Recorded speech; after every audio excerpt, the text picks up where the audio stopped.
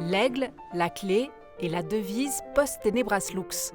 Voici les tout premiers timbres genevois. Ils datent d'octobre 1843, bien avant que la France, l'Allemagne ou les États-Unis n'émettent leurs premiers timbres.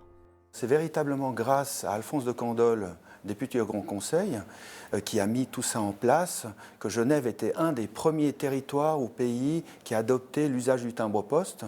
Le premier pays, c'était l'Angleterre, avec Rowland Hill qui a inventé le timbre-poste. Ensuite, on a le canton de Zurich en mars 1843. Ensuite, le Brésil. Et le quatrième territoire, c'était le canton de Genève.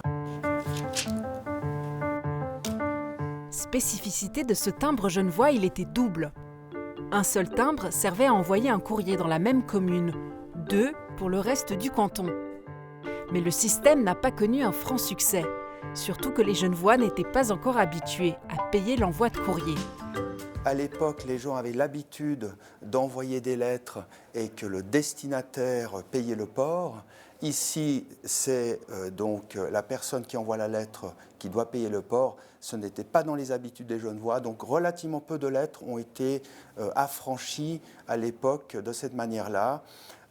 Il a fallu un certain temps avant que les gens prennent l'habitude un petit peu d'utiliser les timbres-poste, qui est devenu par la suite un usage courant.